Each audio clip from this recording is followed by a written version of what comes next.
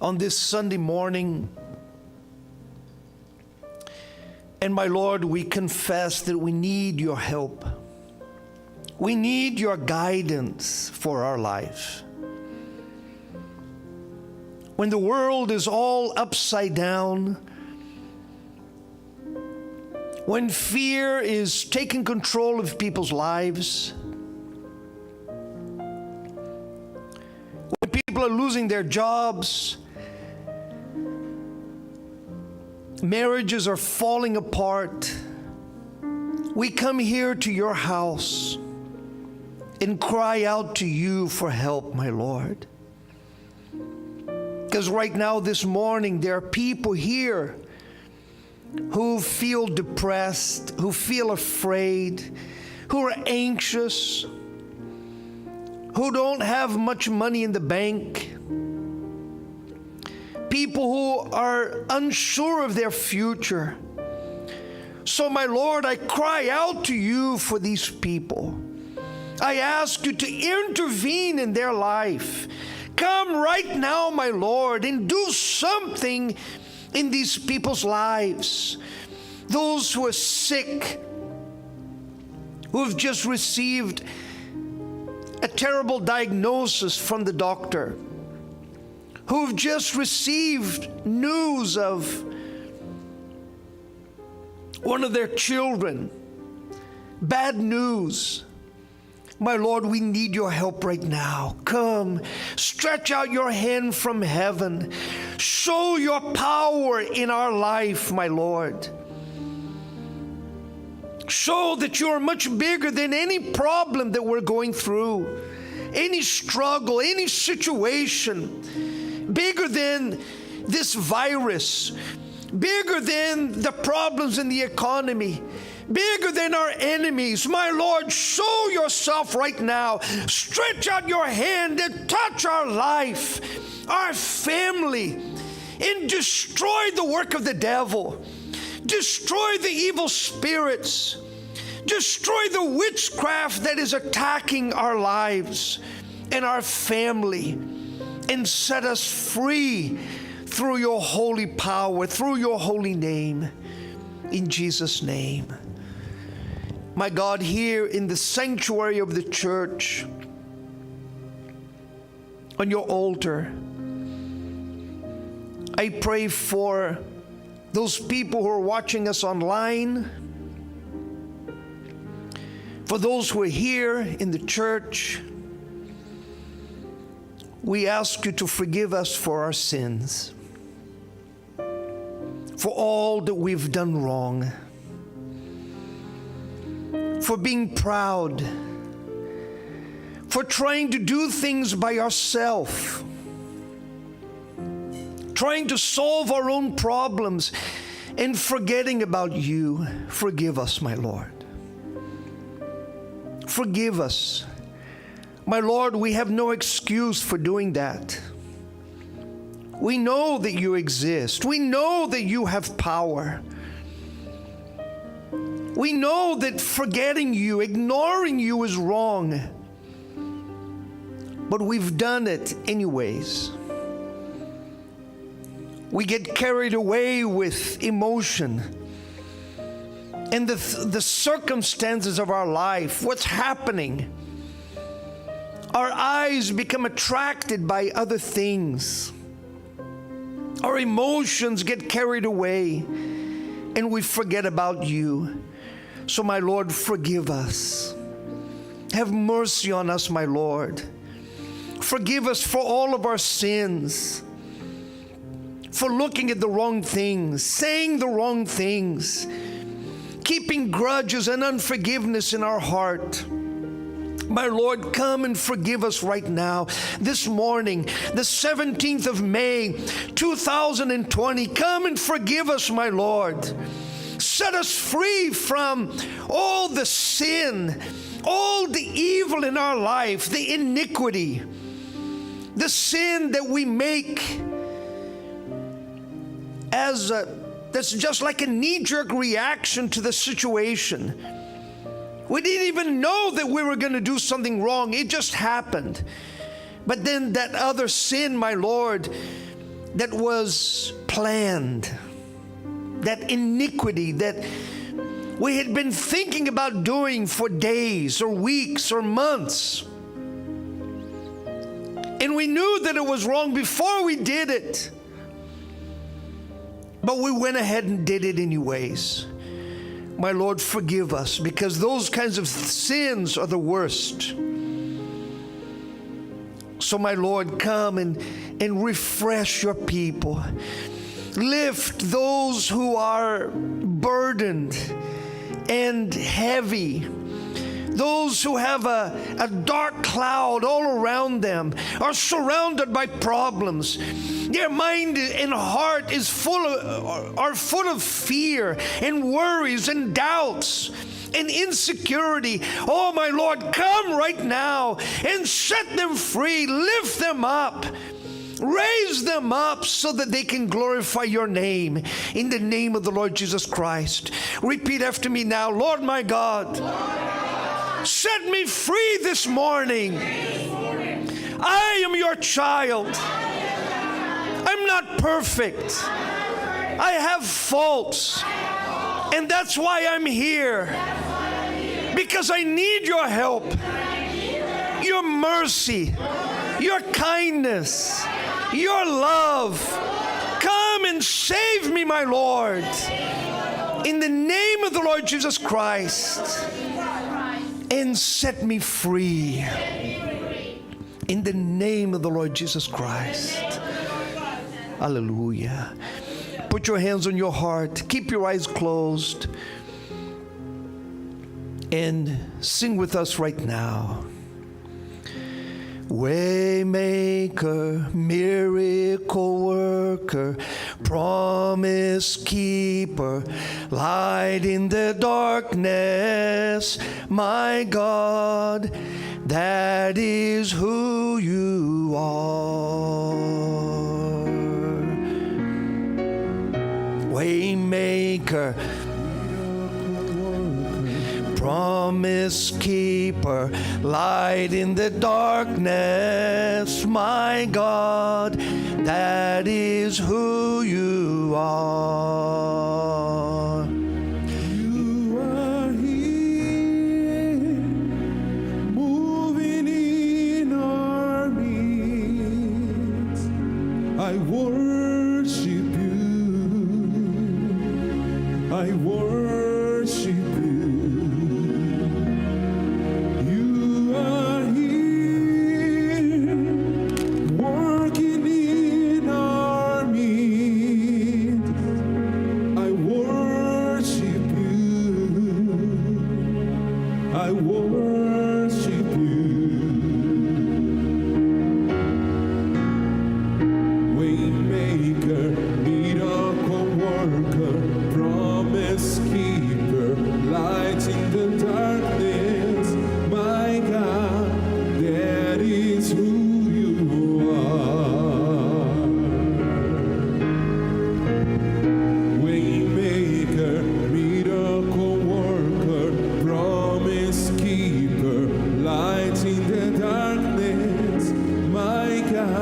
Everyone, let's sing. Go ahead. Waymaker, Waymaker, miracle worker, promise keeper, light in the darkness, light in the darkness, my God, that is who you are. You are here. You are here, moving in our midst. I worship you. I worship you. I worship you. You are here. You are here, moving in our midst. I worship you. I worship you. I worship you. Everyone sing. Waymaker, waymaker, miracle worker, promise keeper, light in the darkness, my God, that is who you are.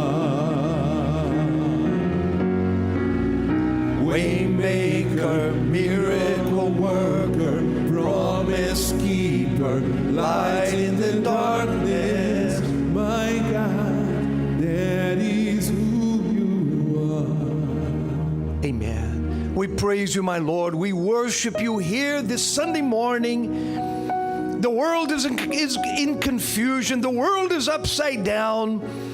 But we are here in your house to worship you, to praise you, to glorify your name. So, my God, we determined that we're going to leave this place changed and transformed in the name of the Lord Jesus Christ. And if you believe, say amen. Amen. Give a strong hand clap to the Lord Jesus Christ.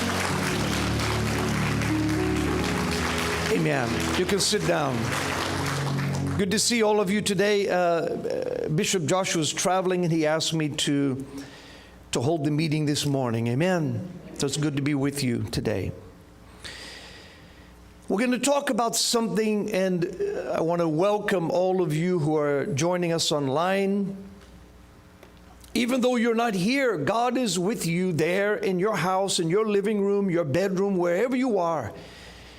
And the same way that these people here are going to be filled with the presence of God, the Holy Spirit is going to fill you also. But like people here, their phones are off. If they get a phone call during the meeting, they're not going to answer the phone call unless it's God calling them. I don't think God is going to call them on their phone, because they're here to hear God's voice. And so nobody else's voice is important right now. So they put everything to the side. They're focused, and they've set aside this time for God, expecting God to speak. So that's what you need to do at home. Don't, just because you're at home and no one else is there, don't relax. Sit up straight. Don't allow anything in your home to distract you for the next hour or hour and a half. And if you do this, the presence of God is going to come and you're going to be changed. Amen? So let's look at this passage. If you have your Bible, let's turn to the book of Judges, which is in the Old Testament, the book of Judges. If you don't know where this book is, lift up your hand and somebody's going to help you to find it. The book of Judges, chapter 6. We're going to put it up on the screen too, but it's good for you to find it in your Bible, all right? It's good for you to learn your way around the Bible, because that's our manual for life. This is the book that teaches us everything that we need to know.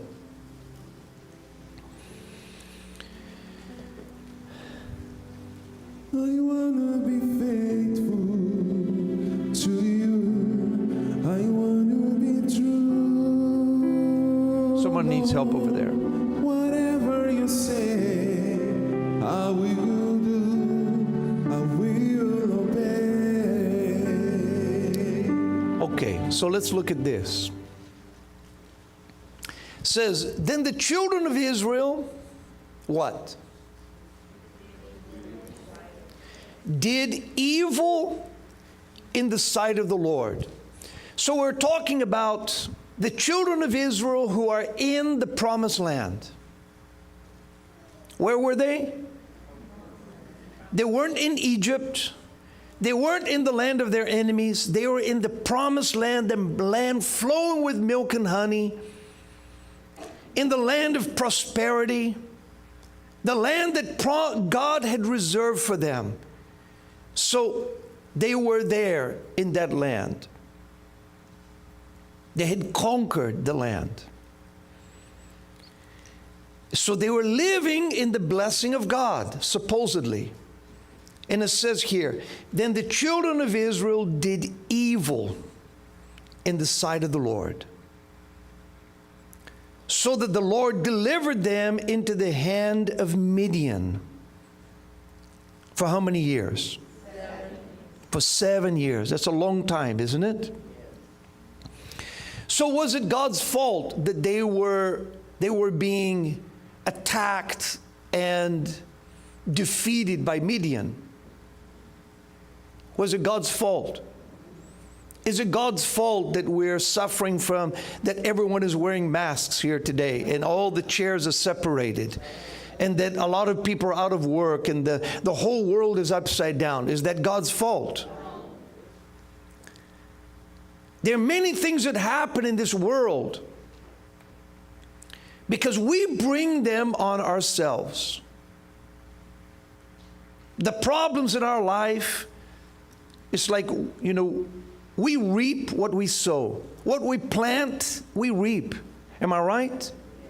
And of course, God uses everything. God uses every situation that we go through. If you're going through hard times, and we all are in the coronavirus, but anytime you go through a storm in life, anytime you go through problems, God is going to use that if you allow Him to make you stronger, to make you better.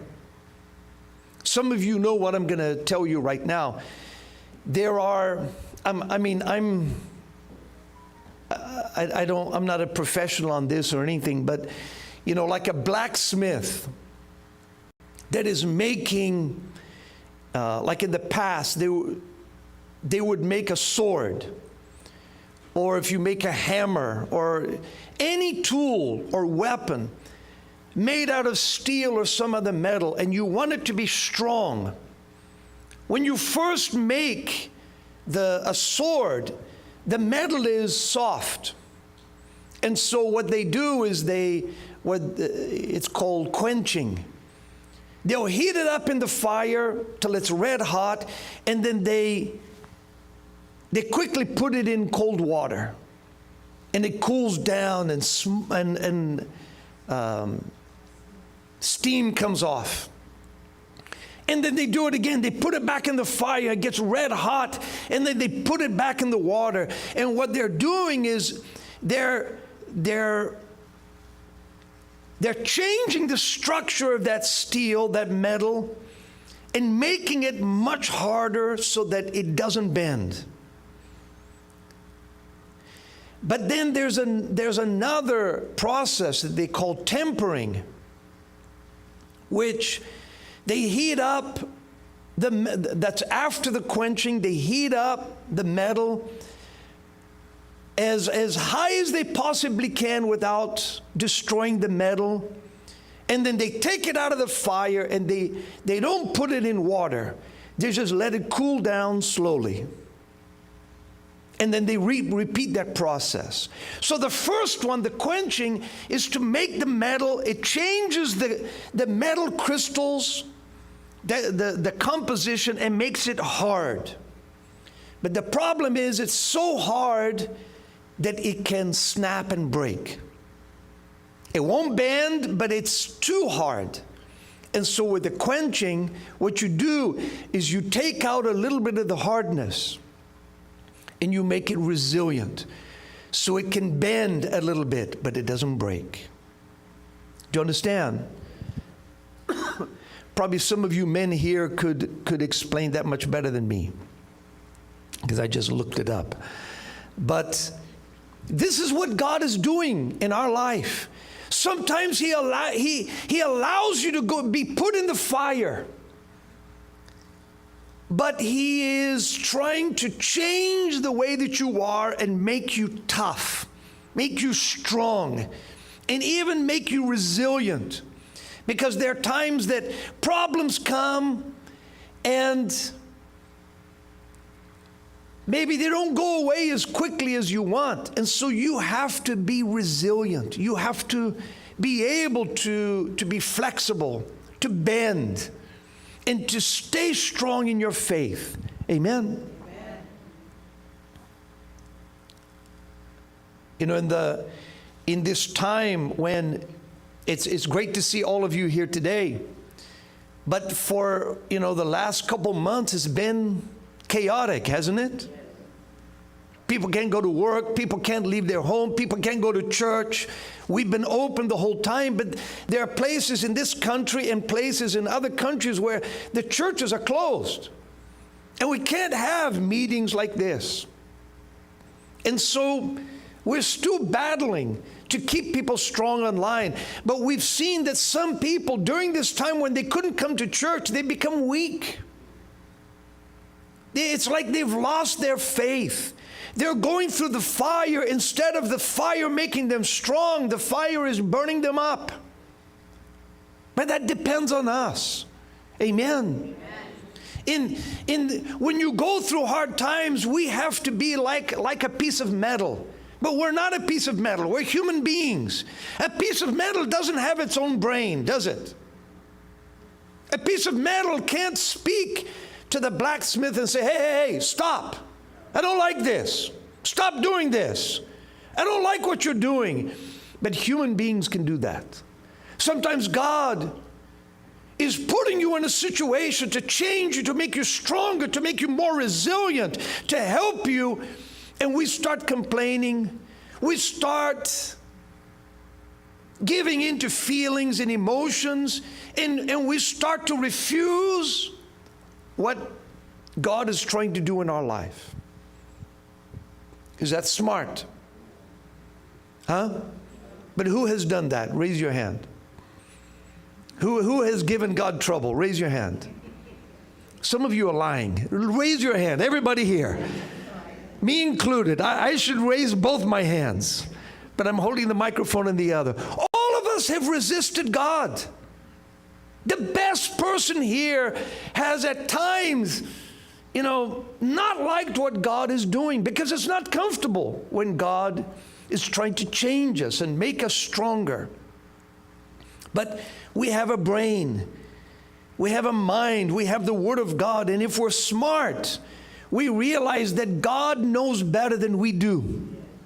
That God knows the future, and that God knows you, your mind. God knows your strength more than you know. God knows exactly how strong you are. With a blacksmith, when they're heating the metal in the tempering process, they need to take it up much higher than the other process. But they can't take it to the point that the metal is going to fail, because then it's going to be destroyed. So the blacksmith needs to know how hot to make the metal. God is our blacksmith. Amen? Right? Yes. Yes or no? Yes. And He knows what you can take better than you. So if God is allowing you to go through a situation, cooperate with Him. Learn to sacrifice. Learn to trust. And you're going to come out on the other side much stronger, much more resilient. If you allow God to do His work in you, no problem is going to be able to knock you down. Well, it can knock you down, but you're going to get right back up again. Right? But a problem will not destroy you or take you away from God, destroy your faith in Him. So, look at what was going on here. The people of God did evil in the sight of the Lord. In other words, they knew what was right, they knew what was good, they knew what God wanted them to do, and they said, no, I don't want to give up my sexual immorality, I don't want to give up my lies, I don't want to give up my stealing, I don't want to give up my sin. I want to listen to the devil, not to you, God. And so what happened is that the Midianites, their enemies, were oppressing them for 7 years. Let's continue in verse 2. And the hand of Midian prevailed against Israel. Because of the Midianites, the children of Israel, who was the God of the Israelites? God, Almighty God, the real God, the miracle worker that we're just singing about. So it says, because of the Midianites, the children of Israel made for themselves the dens, the caves. A den is what? A den is like a hole in the ground. It's not a house. It's just kind of a hole in the ground, some kind of shelter. They made dens, the caves, and the strongholds which are in the mountains. So this is what happens when we do evil. We give power to the devil to come in and do whatever he wants. And then if we don't turn back to God, we start living in caves. We start hiding. We start running away from the enemies. So the Israelites would plant their crops, and their enemies would come in right at the time of harvest, when they were ready to go and reap the benefits of all their hard work. The enemies would come in and just take everything, all the crops. They would take any animals. And because their enemies, because the children of God were afraid of their enemies, they would run up and hide in the mountains and dig holes in the mountains for their children and their wives and their husbands to live. Meanwhile, down below, they had houses, they had farms, they had cities, and they would just abandon them and run up in the mountains and just give everything to their enemies. What do you think about that? Who would like to do that? Would you like to live that way? But maybe some of us are living that way right now. In fact, not maybe, for sure. Some of you, I'm not here to criticize you, I'm here to help you. But some people, some of you watching us online, maybe this is what you're doing. Maybe you're scared of your problems. Your problems are bigger than you. And when you have problems, instead of turning to God and believing in a miracle, believing in something supernatural, you're just kind of hiding from your problems or just accepting them, making room. Because basically what these people did, they gave room to their enemies to come in. They allowed their enemies to come in and do whatever they wanted. And so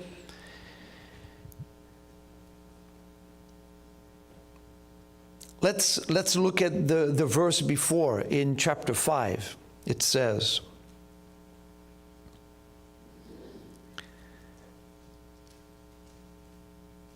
it was a prophecy, and it says, thus let all your enemies perish, die, O Lord. Let those who love him be like what? The sun, when it comes out in full strength. So the land had rest for 40 years.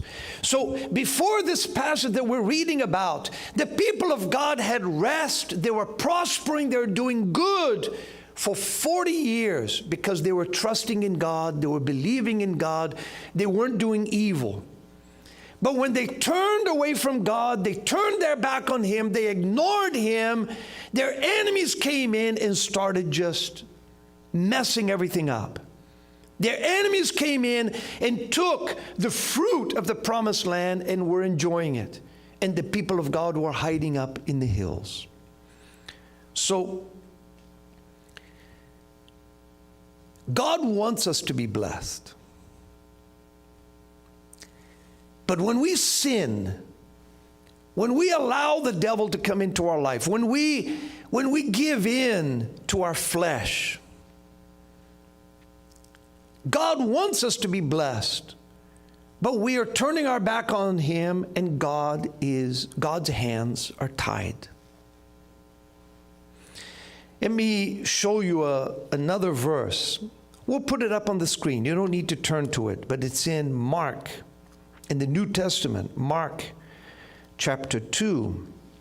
So what happened? Let me explain. that there was a man, Jesus was in the city, and he was healing many people. And there was this one man who was paralyzed. And it's not like his arm was paralyzed or one leg was paralyzed. He was totally paralyzed. And his friends had to carry him on a cot to Jesus. So probably 4 friends were carrying him, and the guy was just laying there on a cot, completely paralyzed. A terrible situation to be in. And when they got to the house where Jesus was, the house was packed. It was full. There was no way they could get in, even though they had a sick friend. It was packed full of people. But the friends of this guy, and maybe this guy, were determined. We are not going home. This is our chance. You're going to walk today. Jesus is healing all kinds of people, and he's going to heal you today. We're going to make a way. So what did they do? You who know the story, what did they do? They did something crazy. What did they do? They climbed up to the roof and started taking the roof apart. They made a hole in the roof, and then they got some ropes, and they made a hole right above Jesus. So when they're making the hole, there was probably dust and stuff falling on Jesus. And then they got a rope, and they lowered their friend down right in front of Jesus, so that Jesus could not ignore their friend.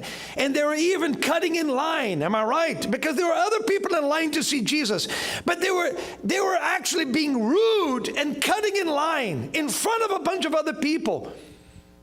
But what was their attitude? We're not going to go home with this guy sick. You're not going to continue paralyzed. We need to get Jesus' attention. And amazingly, even though these guys were being rude, they were taking this guy's roof apart and cutting in line, did Jesus get angry and say, "Get this guy out of here. You're cutting in line. How rude you are. Why are you destroying my friend's house?" Did Jesus say anything like that? Jesus stopped what he was doing and took care of the man. But he did something strange. Because in verse 9 it says, do we have it up there?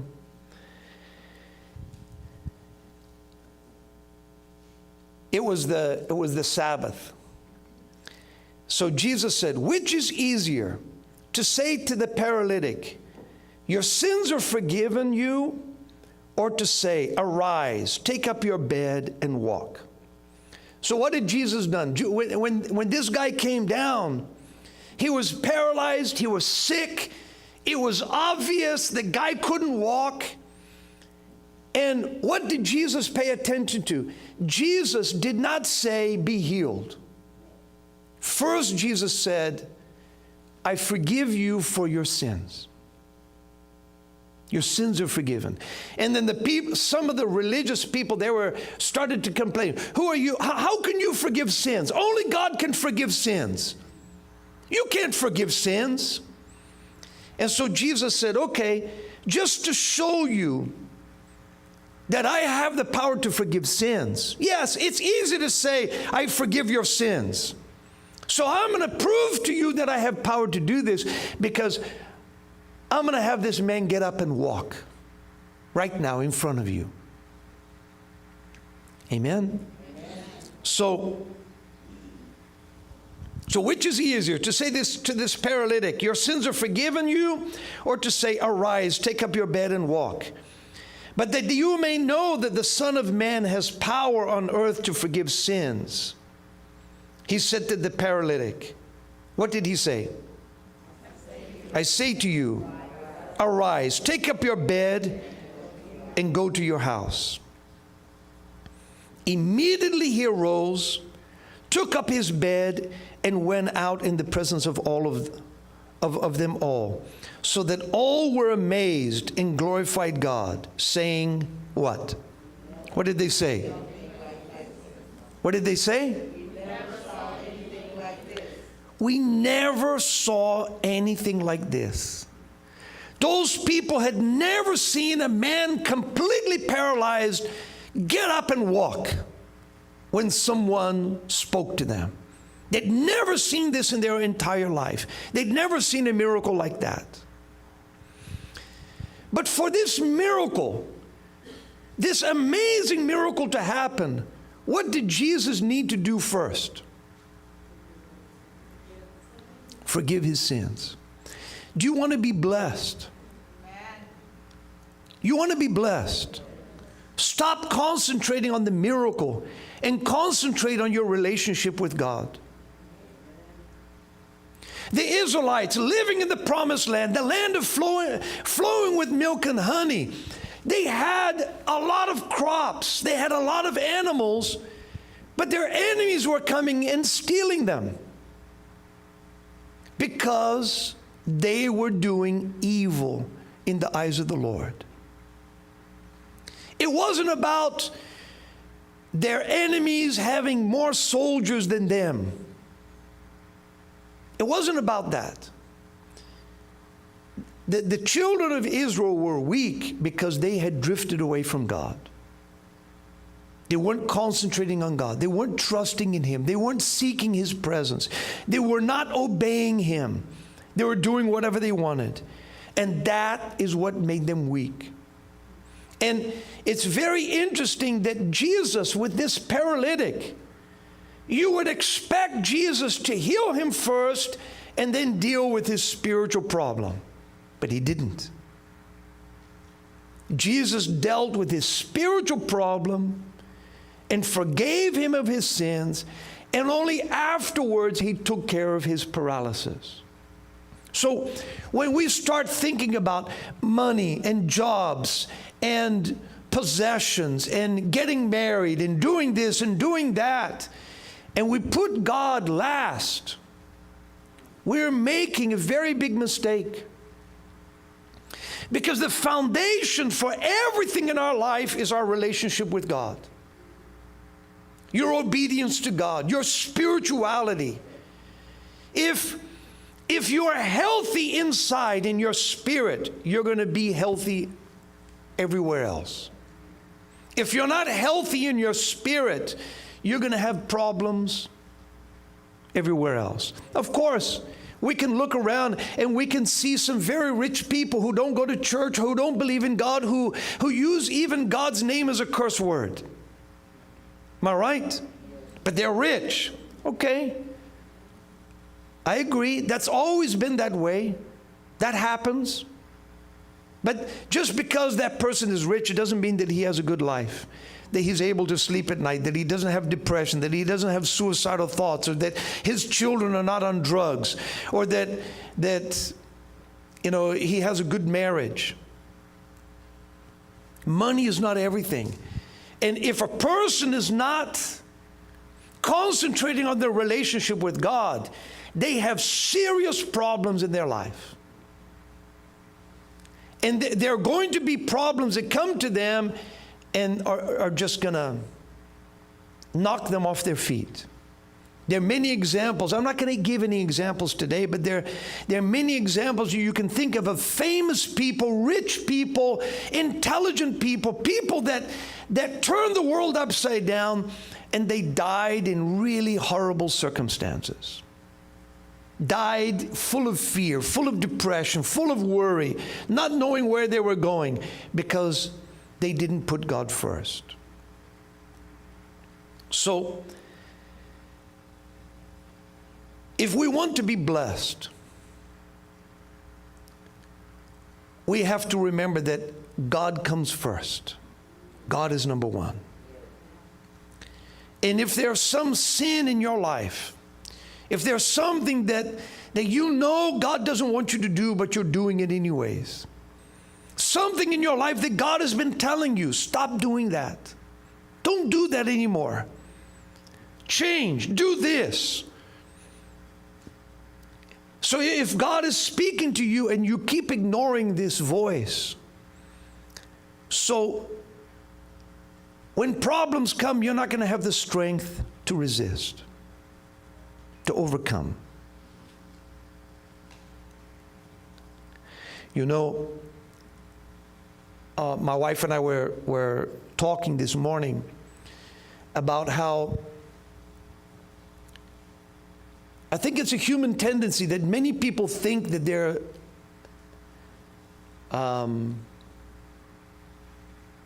many people are overconfident in their relationship with God. What I mean by this is that there are people who stop coming to church for a while, they stop reading the Bible, they let some sin into their life and they say, no, it's okay. You know, I know that this is not right, this is wrong, but you know, I'm okay, I'm strong. I know the truth. You know, I know how to fight the devil. I know this, I know that. I've read the Bible. You know, I'm going to be okay. And they don't realize how fragile we are. Because in 1 week, in 2 weeks, in 1 month, a person can go from here spiritually all the way down. If you don't keep feeding yourself, coming to church, reading the Bible, seeking the presence of God, it is, maybe some of you have seen this, but I have been shocked at people that I knew, members, sometimes assistants, sometimes even pastors, who I was shocked with how fast they fell, how fast they became weaklings. They just lost everything because they allowed something to come in, and all the strength that they used to have just evaporated. So understand that when you're in the presence of God, you are strong. Amen. He is going to quench you. He's going to temper you and make you strong. But if you leave the presence of God, watch out. Because the devil is there. He's watching you. He's just waiting for an opportunity. And he's going to come in full force, and he just wants to destroy you and your family. And to take away your job, take away your family, take away your kids, take away your health, take away everything. So we are in a war, and we cannot let up. Those people in Judges, it's talking about the people in the time of Gideon. They were blessed. The land was producing crops. They were not in a famine.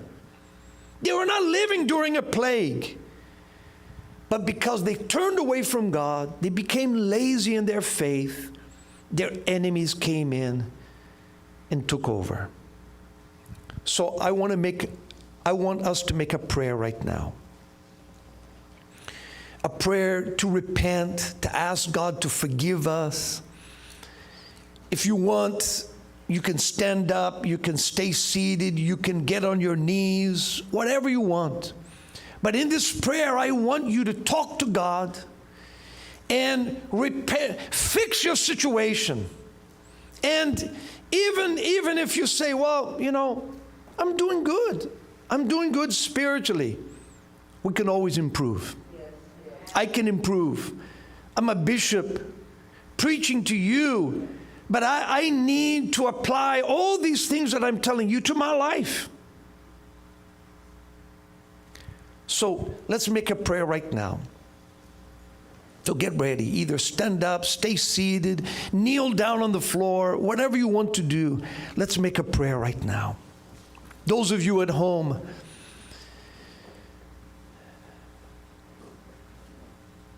do the same as everyone is doing here. Either stand up, get on your knees, do something, but let's make a prayer for God to transform our lives. My Lord and my God, we don't want to be like those people in Judges. We don't want to be to do evil in your eyes, to know the truth and to deliberately turn away from it. Oh, my Lord, we don't want to lose our faith in you, to ignore you.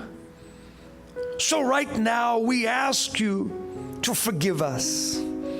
Bring us back to you, my Lord. We confess our sins and our mistakes. Begin to pray right now. Begin to talk to God. Begin to pour out your heart to Him. Ask God to help you, to forgive you, to remove the evil in your life, the sin, the addictions. Some of you have addictions, hidden addictions. Nobody else knows that you have this addiction, but you know, and God knows, and the devil knows. So right now, decide that you're going to get rid of it.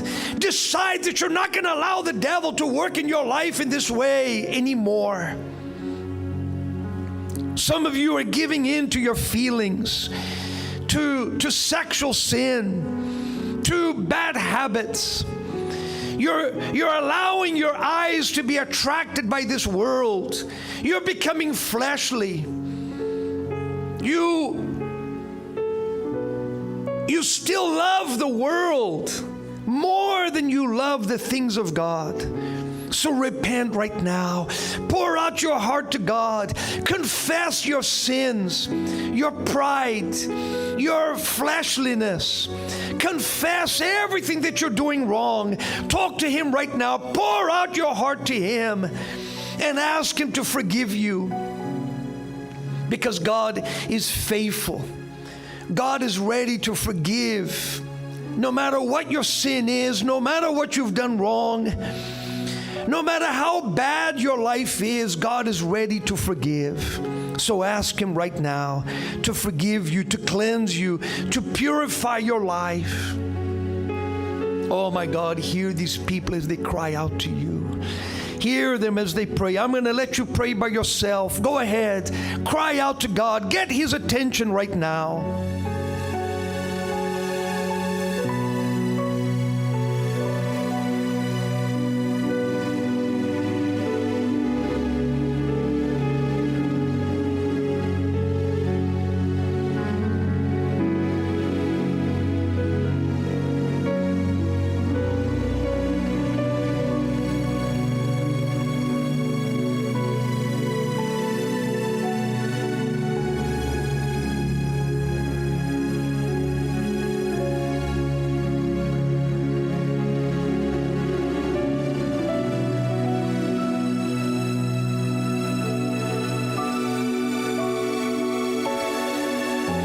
Pour out your heart to God. Don't just pray in your head. Pray out loud. Maybe you can't pray loudly because the person next to you may hear some very private things. But cry out to God. Move your lips. Even though you have a mask on, move your lips. Talk to Him right now. Cry out to God and fix your life this morning.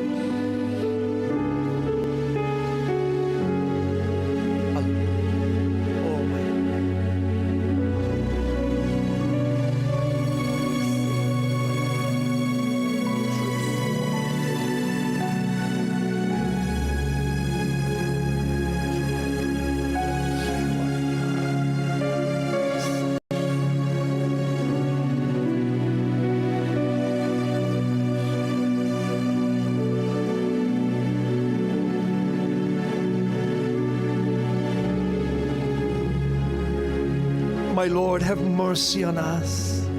Have compassion, my Lord. Forgive us for our pride, for our arrogance, for our laziness. Forgive us for the sin in our life, for turning away from you, thinking that money and friends and possessions and pleasures are the most important thing in life. Forgive us, my Lord. Come and wash us clean. Purify us. Take away all the evil in our life, all the sin, all the evil in your eyes and set us free. Oh, Holy Spirit, come here in this room, in this sanctuary, there in people's homes, in their bedroom, in their living room. Holy Spirit, come and enter this place and fill us with your presence. Holy Spirit, come and do what only you can do in our lives. Come, Holy Spirit. We open up our hearts to you. We surrender our will, our dreams, our future to you. Come, Holy Spirit, and remake us. Put us in the fire and make us tough. Put us in the fire, my God, and make us resilient. Make us into those people that you want us to be. Come, my Lord, and transform every person here. In Jesus' name. I want to be faithful to you. I want to be true, Lord. Whatever you say, I will do. I will obey. So many times I failed, and I have turned away, but I will never leave, for you are so faithful. I can just see in you all that is just and true. Less of me, more of you. I am your servant. I want to be faithful to you. I want to be true, Lord. Whatever you say, I will do. I will obey. Make this song your prayer. I want to be faithful to you. I want to be true, Lord. Whatever you say, I will do. I will obey. Help me to walk in truth, never to stray from you. Lead me in righteousness. I want to follow. Teach me to lose my life, that I'd be found in you. Better to lose it all, to be found in Jesus. I want to be faithful to you. I want to be true, Lord. Whatever you say, I will do. I will obey. I want to be faithful to you. I want to be true, Lord. Whatever you say, I will do. I will obey. Whatever you say, I will do. I will obey. Teach me to lose my life, that I'd be found in you. Better to lose it all, to be found in Jesus. Stand up, everyone. Repeat after me. Lord Jesus Christ. Louder, stronger, with more faith. Say, Lord Jesus Christ, I give my life to you right now. I turn my back on sin, on all wickedness. I turn my back on the devil, and I surrender my life to you. Lord Jesus, from now on, you are number one in my life. Nothing else. No one else is gonna come before you. In Jesus' name, amen. Give a strong hand clap to the Lord Jesus.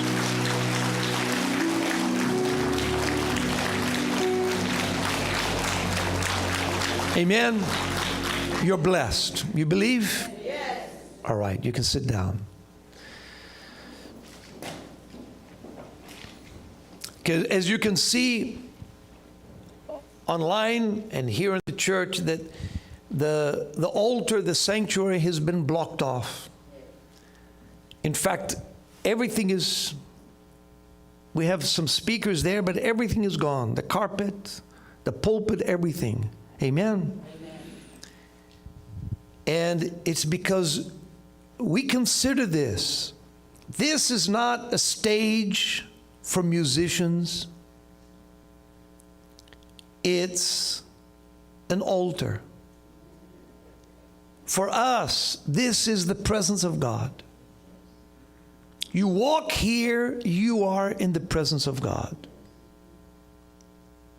So right now, as we were talking to you last week, we're inviting you to come up and walk on the altar this morning based on Psalm 91, a psalm of protection that says, "He who dwells in the secret place of the Most High will find shelter under his wings." Amen. Talks about how 1,000 may fall at your side, 10,000 at your right hand, but it will not come near you. Am I right?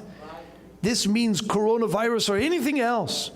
That 1,000 may fall around you, 10,000 next to your right hand, 10,000 people die, but it will not touch you if you are in God.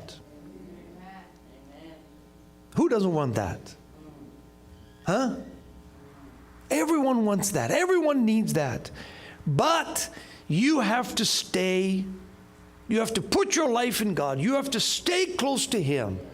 In other words, obey. Trust in Him. When problems come, quickly turn to Him.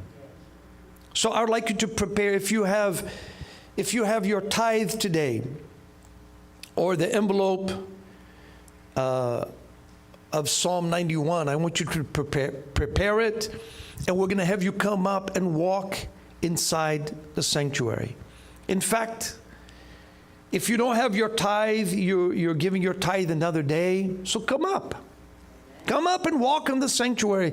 If you don't have that envelope from Psalm 91, but you believe in God and you want His blessings, you're free to come up, all right? But I want you to we have the treasury there, the treasury box, so we want you to get your tithe and your envelope of Psalm 91 and place it in there. And I don't know if you noticed, but like I did earlier, it's better for you to take off your shoes, your sandals. When Moses came into the presence of God on Mount Sinai, the burning bush, what did God say to him? Remove your sandals, you're standing on holy ground. So let's do it in that spirit. Let's believe that who cares what color your socks are? Or if your sock has a hole in it. Nobody's looking at your shoes. You need the blessing of God, am I right? So if you believe that God is here today, so Bishop Ricardo is going to have you come line by line to keep you 6 feet apart, all right? Maintain the social distancing. Don't start crowding up. So he's going to, when he tells your line to come, So already have your shoes off. What are you waiting for? What are you waiting for? You don't want to come up here. Take your shoes off. Unlace them. And be ready. When He calls your line, be ready to go. If you have your tithe envelope, take it out right now, your envelope of Psalm 91. And those of you at home, as we're doing this, you can log on and give your tithe and get up and walk around your room and believe that you're walking here on the altar. Because for you, if you have faith, your room is your altar. And you're going to be blessed just like these people here. But we would encourage you to come to your nearest universal church as soon as you can. Because it's different when you're here. Am I right? So, amen. Put your faith in God. Come forward and be blessed. In Jesus' name. Days of Elijah.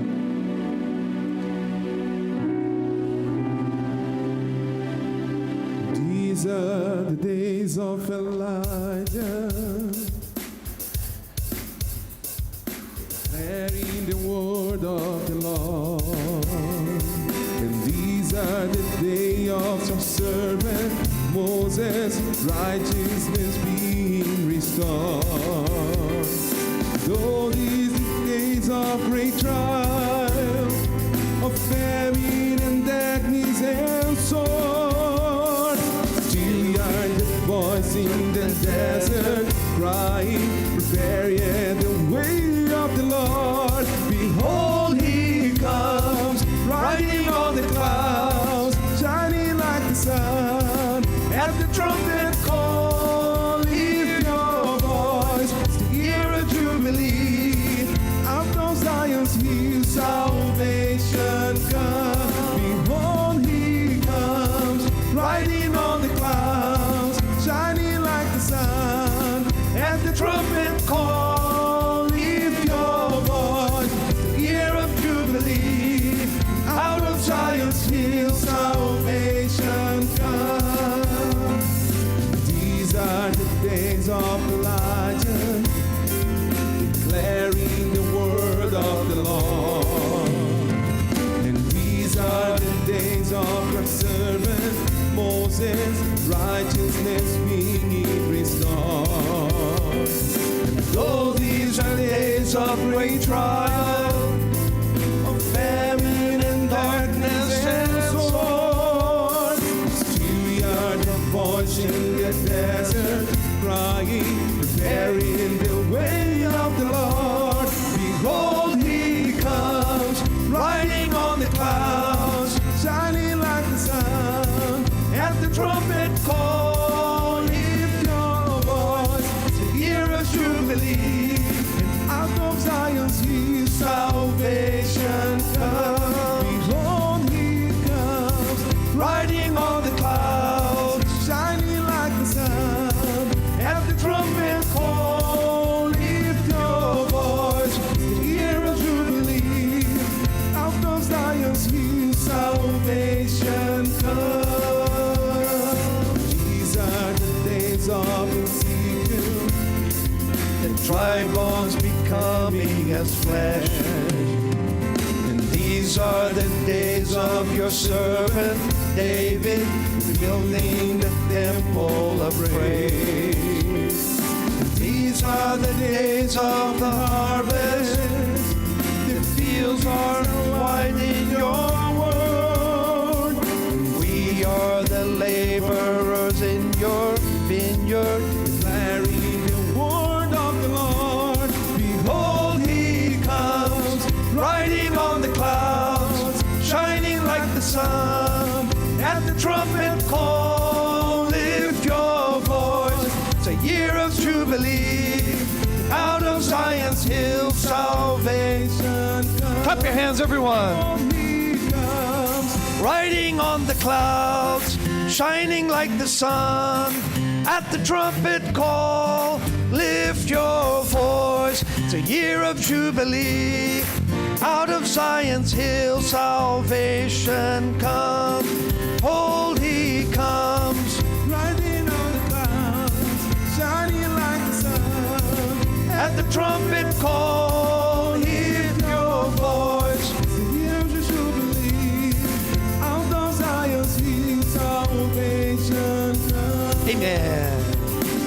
Give her a strong hand clap. Beautiful, huh? So this song is talking about all these different people. Ezekiel, the dry bones becoming flesh. David building the temple of God. The year of Jubilee. What was the year of Jubilee? You're singing about the year of Jubilee. What are you singing about? What do you know? Do you know what that means? What's a year of Jubilee? In Israel, it's very interesting the way that God established the rules and the government and everything. Every 50 years was the year of Jubilee, right? Every 50 years was called the year of Jubilee. All slaves became free. All debts were forgiven. If you had sold your family's property to someone to make money, in the year of Jubilee, your family property came back to you. It's like everything was reversed. People who were poor all of a sudden became rich.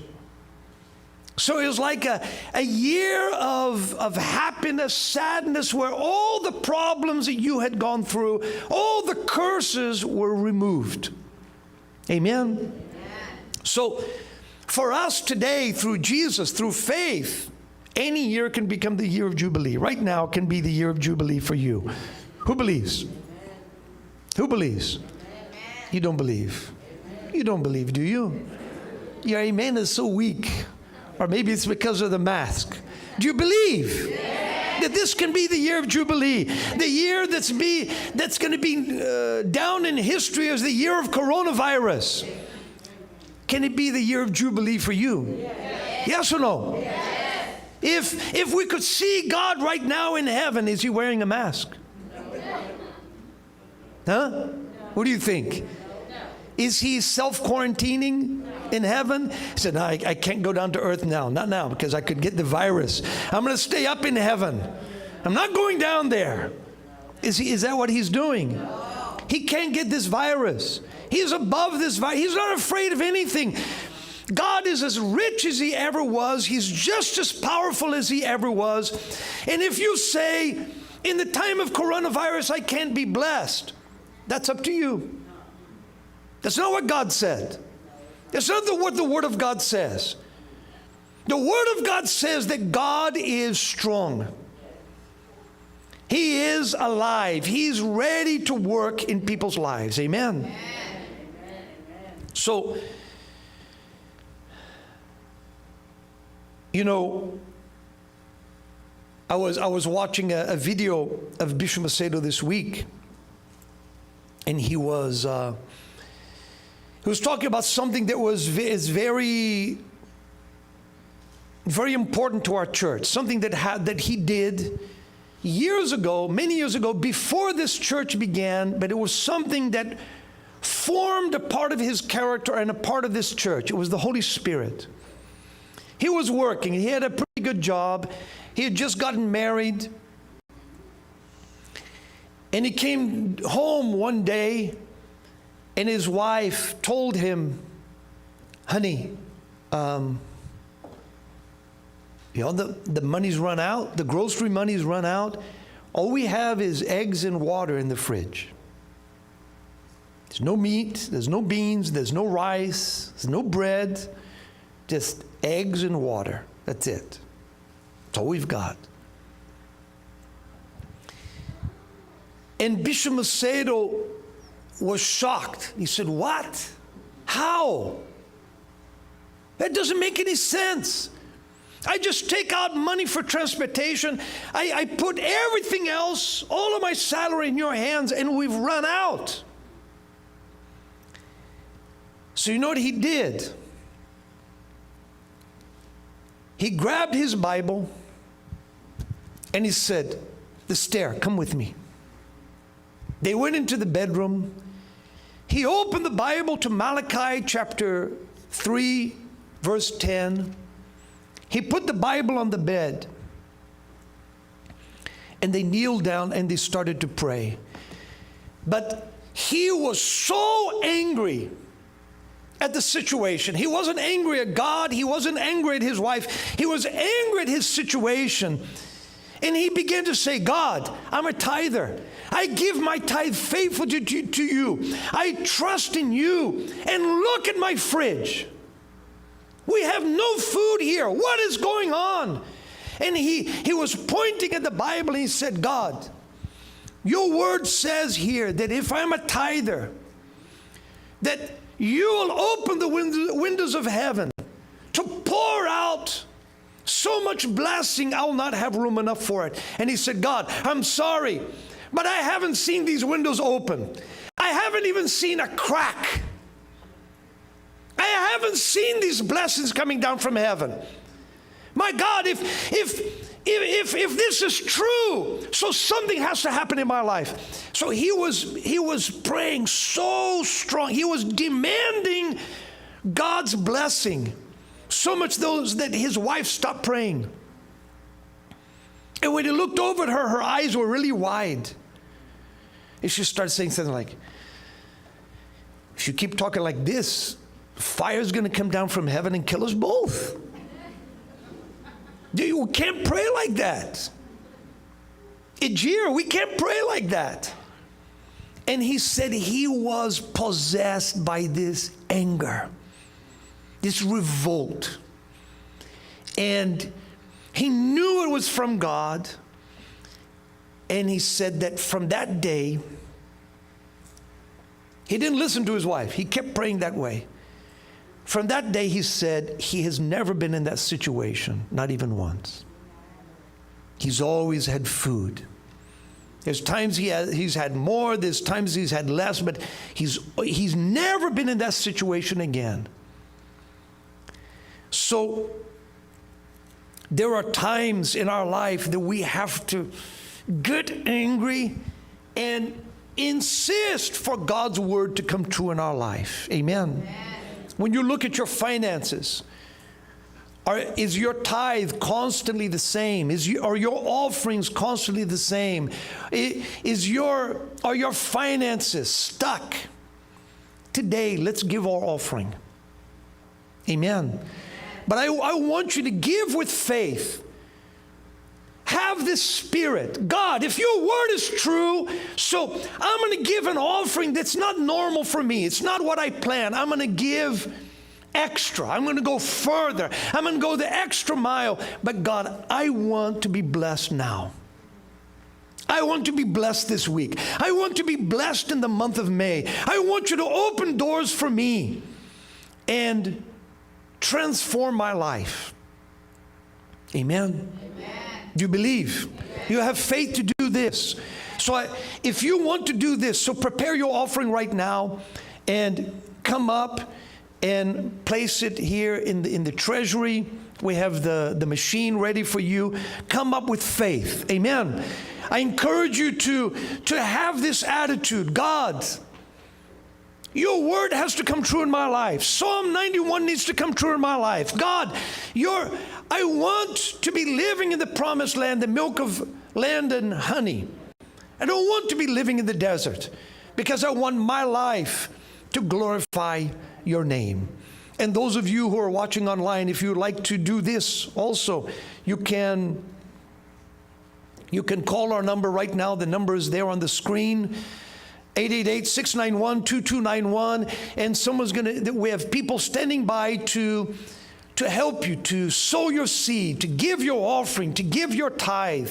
You can also send a text to 74483, write in the word sow and the amount that you'd like to give. We're going to keep this up on the screen.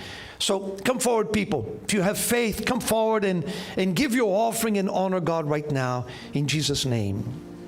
I stand on your word. I stand on your promise. I stand on your word. I stand on your promise. My soul says yes. My soul says yes. No matter what the situation, I believe.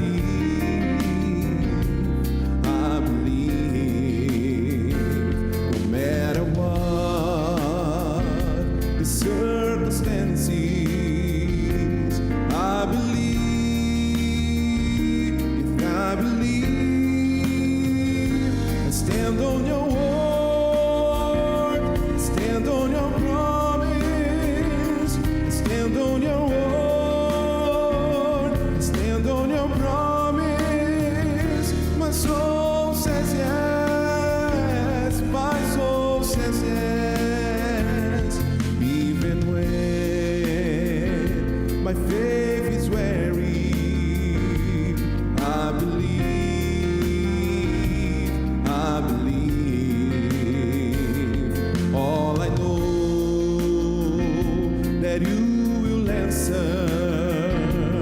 I believe, yes, I believe.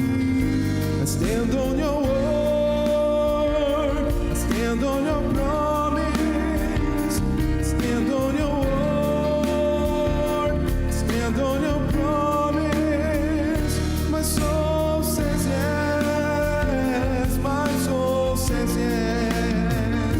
I stand on your word, I stand on your promise, I stand on your word, I stand on your promise.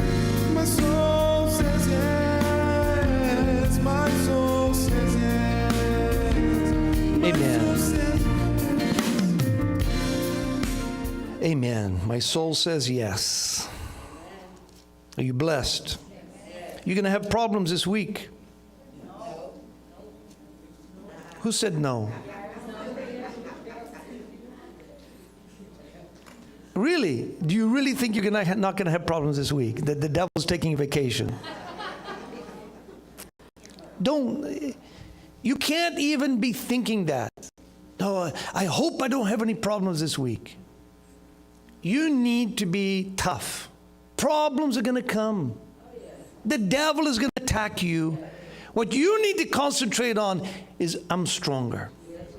God is with me. Devil, bring it on. Whatever you want, but I'm going to beat you. I'm going to overcome. And if I fall down, I'm going to get right back up. Amen? So listen. We want to do something this week. We have this envelope, and it has some perfume in it, nard. It's a special perfume that was used in the Bible. Mary came to Jesus, and she poured this on his head. It was very costly, very, very expensive. And that was considered her preparing Jesus' body for burial, right? Because in those days, they put perfume on people's bodies when they buried them. So I would like you to prepare, if you have faith, if the Spirit touches you, to prepare a special offering for next week to help with the expenses of the church, the 24-hour, 7 days a week network that we have, the various expenses that we have with our network, with Living Faith Network. Right now we are on, help me with this, we're on Apple TV. So if you have an Apple TV device, the network is on there. You just with Apple TV, you like download the app, and then you're able to watch it 24 hours. We're on Roku now, and we're looking to make it available everywhere. If you go to our website, we were having problems with some devices. The network wasn't playing on computers, on cell phones, but now on both Apples, on Android, it's working. So whoever you are, wherever you are, if you have an internet connection, you can be watching our network. Amen? But all of this has a cost. Even you who are watching right now, there's a camera on me, there's a camera woman behind the camera, and there's people upstairs, there's another camera up here, and there's people inside working. We have a team of people to put everything on, and with everything there is a cost. But Mary, she had this perfume, it was very expensive, and she decided that she wanted to pour out this perfume on Jesus. So it's like she gave this very special offering to him as a way to honor him. And in fact, it was it prepared him for burial. So if you'd like to prepare a special offering next week, we have this envelope. So inside of every envelope, we have this small vial of perfume. We want you to anoint yourself every day. And then next Sunday, when you come, the sanctuary is going to be here again, and you're going to pour it out as if you're pouring it on Jesus' feet or his head. Amen? And come with an offering inside. So if you'd like to give an offering of $100 or $50 or $200 or $500, $1,000, you know what you're able to give. Am I right?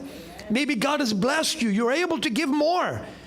Maybe you're going through a tough time. You can't give as much as you would like, but you are able to give something. Prepare something special like Mary did. It was not just anything that she poured on Jesus' head. It was something really precious to her. Something that she wanted to hold on to. So do this, and I want you to have faith that every day that you're anointing yourself with this perfume, that God is preparing a big blessing for you right now. Because God wants you to prosper. God wants you in that verse I was talking about earlier. Remember, in Mark, when that man was healed, what did the people say? They were amazed when they saw the miracle. The paralytic, he just jumped up and started walking. They were amazed, and they glorified God, saying, "We never saw anything like this." Who would like your friends and your family to start saying that about you? I have never seen anything like what's happening in Mary's life. I've never seen that before. Who wants that? Okay, but it comes by faith. Is God able? Can God do that? Maybe he's old, he's tired, he can't do the same miracles today. Huh? He's the same. He's the same yesterday, today, and forever. But he's not going to do something like this out of pity. It wasn't pity that got that man healed, was it? No. It wasn't pity. It wasn't just that Jesus saw him lying on a bed and thought, "Oh, poor guy, let me help him." No. Jesus was forced because his friends broke the roof of the house. They lowered him down. They were rude. They were just, it's like for them, they weren't going to accept no. They were not going to go home with their friends still paralyzed.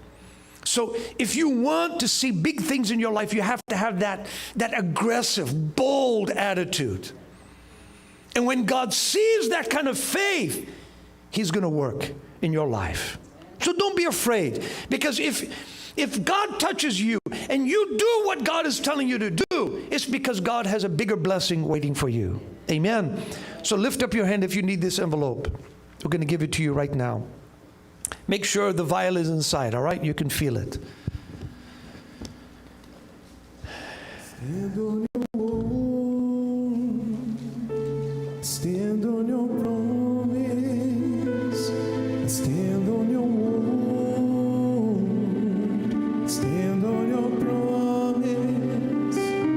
My soul says yes, my soul says yes. We need an envelope up here.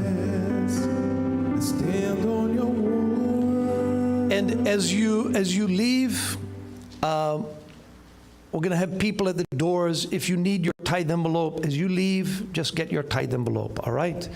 Those of you who have your water, stand up. Hold it in your hand right now. Stand up, please. My Lord, I ask you to bless this water as we end this meeting. Fill it with your presence and your power, and transform these people's lives. Set them free, my Lord. Lift them up. And as they drink this water during the week, may their body be healed, their family, their marriage, their finances, everything. But most of all, my Lord, may their spiritual life be strengthened. In the name of the Lord Jesus Christ. Your water is blessed. Drink it now and be healed. Drink drink just a little bit, to keep the rest for this week. Drink it, be blessed, be healed. God is with you from now on, in Jesus' name. My Lord, I ask you to bless all these people this week, those who are watching online, those who are here. We determine that even though problems will come this week, we're going to overcome. We have the victory. In the name of the Lord Jesus Christ, amen. Okay, God bless. Have a great week. We'll see you in the middle of the week, all right? Bye-bye.